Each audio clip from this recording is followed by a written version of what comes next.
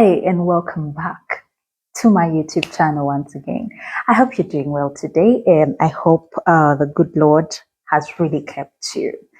For those who have subscribed to my YouTube channel, we really appreciate you. You guys are pushing us, and we are getting there. We finally made it to 200 subscribers. Thank you, and we are very grateful. We are very grateful. So, thank you for subscribing, and thank you for channeling your energy towards this particular, channel, and so on and so forth. But today, I bring you something really, really interesting, and that is my personal experience before dating. Actually, before settling in with a white guy. Mhm. I know a lot of people out there have quite experiences outside of being with a white man. However, being with a white man comes with both positive and negative results. There are those who have really landed on amazing white people, and there are those who, have had it very rough dating a white man. So now, back to our topic for today. Back to our topic for today. My personal experiences, my dating experience before I had to settle in with my husband. So, how was my personal relationship experience before settling in into an interracial marriage before I made that decision? Now, but going back in time, we are young and naive, but I was this one person who, uh, right now, would term it as someone who grew up really so fast. You know, many oftentimes we ladies tend to grow up so fast. You find a woman at 18 thinking like, a 25-year-old lady, or let's say, a 29-year-old. Their mindset is that grown. So as in my youthful stages and all of that, I had always wanted to settle, and that was like literally the goal as well. Um, Coming from a broken home, personally, that's something on its own that I would talk about it probably later on.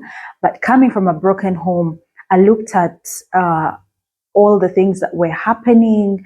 The family that is my family was more, there was so much domestic violence in my home, but I still saw a different version of marriage. And I'm like, if my home can be this broken, I think I can create a beautiful home for myself.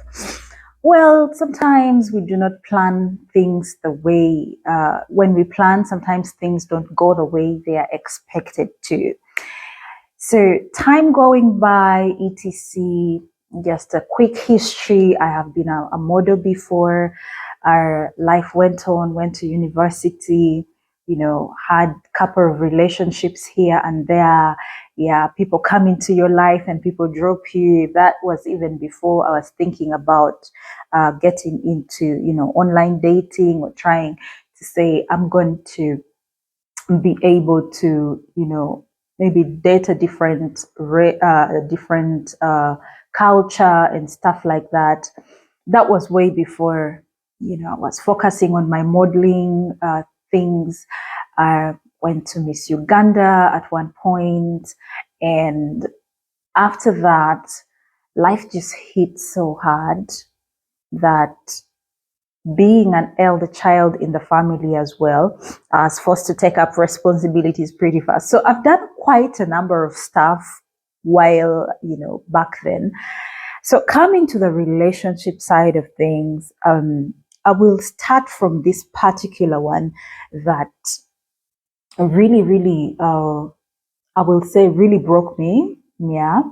Still online dating, and this was a Ugandan At that point, I think he was working with this particular organization. I won't even mention it.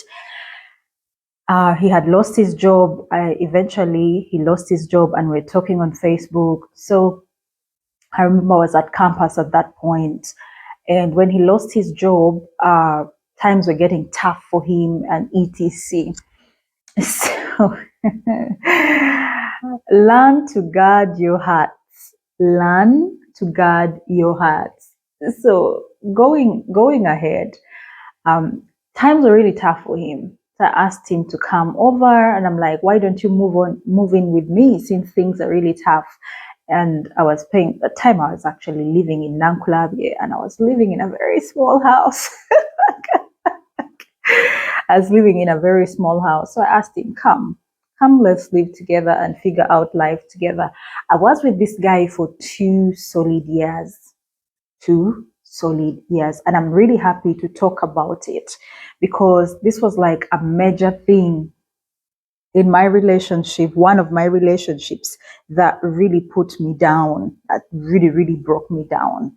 And I'm summarizing it simply because uh, it is the part that actually channeled me to, getting into uh, dating someone different from my own people, you get, from my own culture. Uh, exactly, that was the whole thing because the experiences with the men from my own country wasn't good. It wasn't good. So I call him in and we start staying together. He wasn't working. I did a couple of jobs. As I told you, I was a model. So I always figured out how to get my money left and right. We lived together for 2 years. We prayed together. Ah, you know, they say a man leaves a kameza money for the woman every single, is that money a man leaves at home. In Uganda, they call it a kameza money. I left a kameza money for 2 solid years. Prayed for this man. We prayed together. We hoped and believed in God together. Ah, God. Lord have mercy.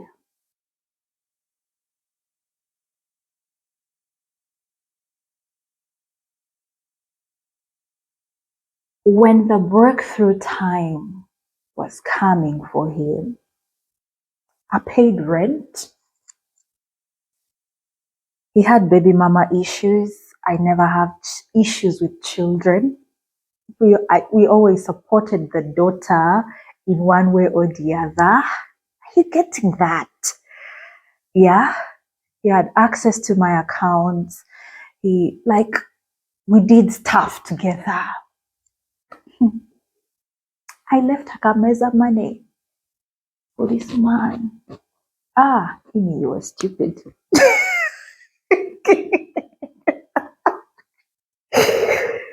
Right now, I'm realizing that probably this was the dumbest thing I have ever done in life. Being blind and not using your head, but walking with your heart. And then the fact that my nature also put me down. There are those people who are just kind and you just want things fixed for everyone. But I believed God for him. Eventually, we prayed in this place. I won't go deep into that place. And it was a whole mess. It was a whole mess. So the breakthrough time came for him. And that was like the peak of everything that made me have huge losses. First of all, at that point in time, I had realized I had conceived. Yeah, I realized I had conceived. And that was the time, I think that was like literally the time that he was also getting a job as well, and things were, getting better. And I got to realize about the job thing later on because it was being done behind my back, and I think I was not meant to be to know and stuff like that. So When I told him I was expecting, I think it was a few days ago, uh, probably a few weeks into it, he made a statement and said, "I am not ready for a child." You know how that feels. I am not ready for a child, and you don't have to keep it. This guy who says he is broke,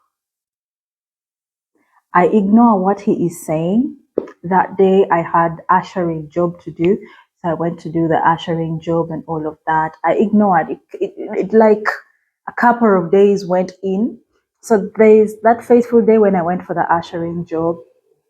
Uh, I came back from the ushering job.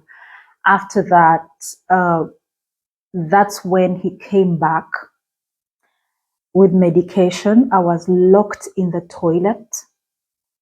Came back with medication. I didn't know what sort of medication it is. He asked me forcefully to swallow these meds. I was locked in the toilet while he is there, and I was forced to swallow these tablets. I felt I felt so cold.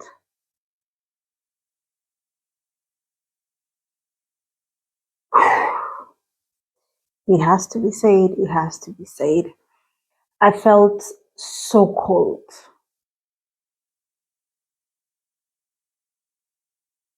watching blood flash out of me. I spoke so many words in anger.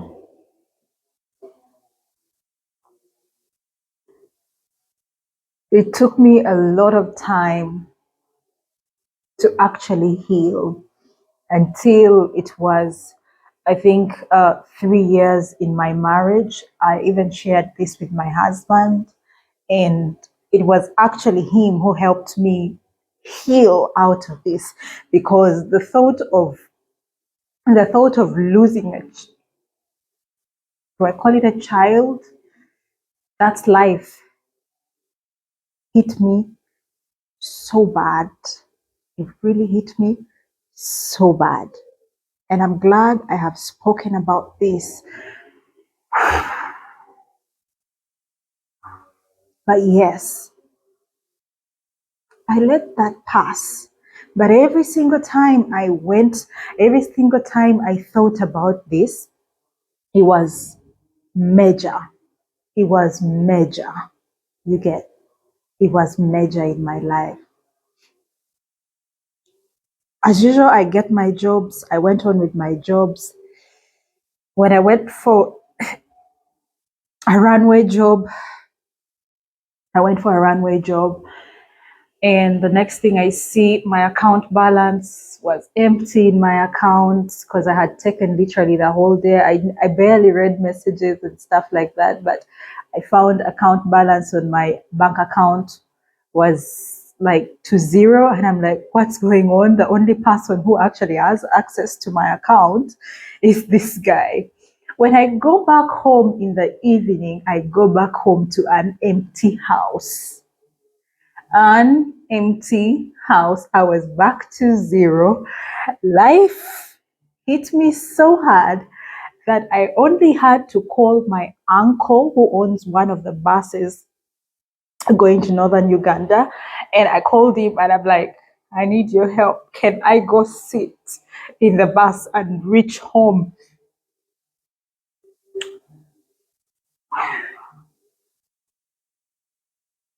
He called these people. I go and sit on the bus.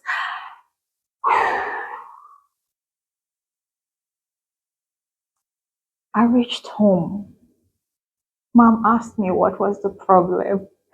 I entered my bed and slept. I never talked about it till today. My mother did not know what I was going through, but I fought it.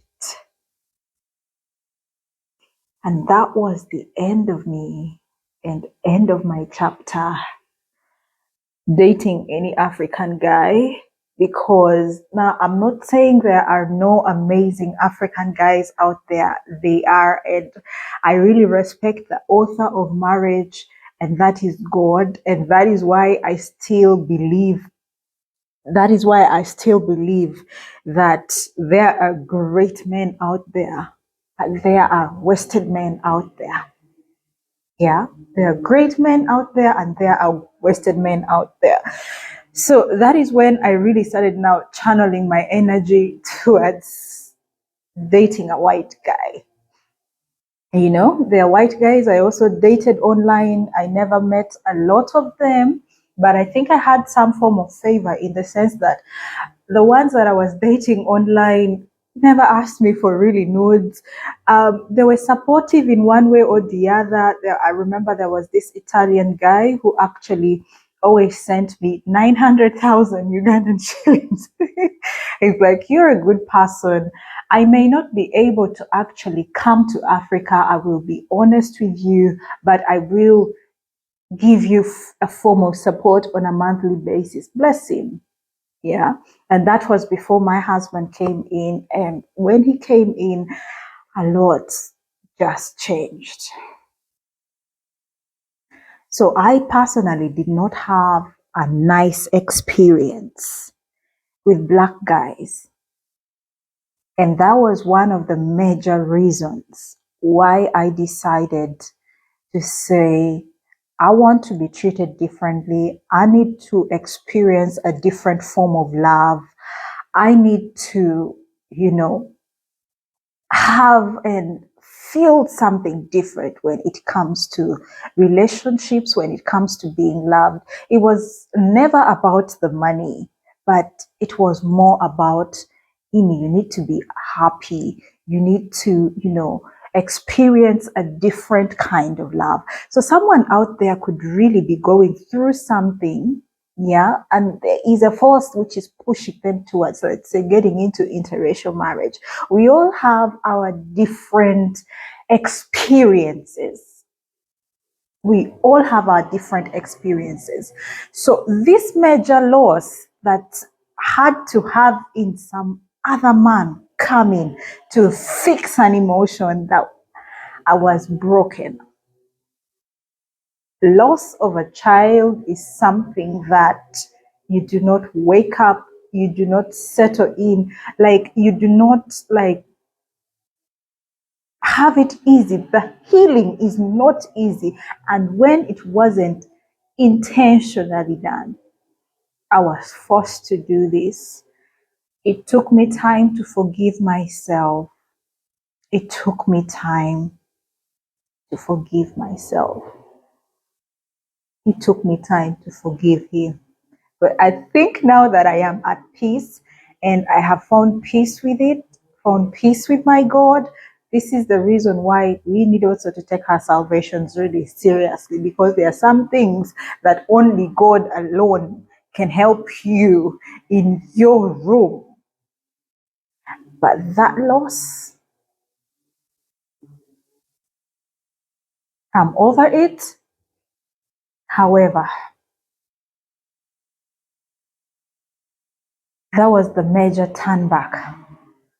That was the major reason why I said, I'm not doing any of my people again.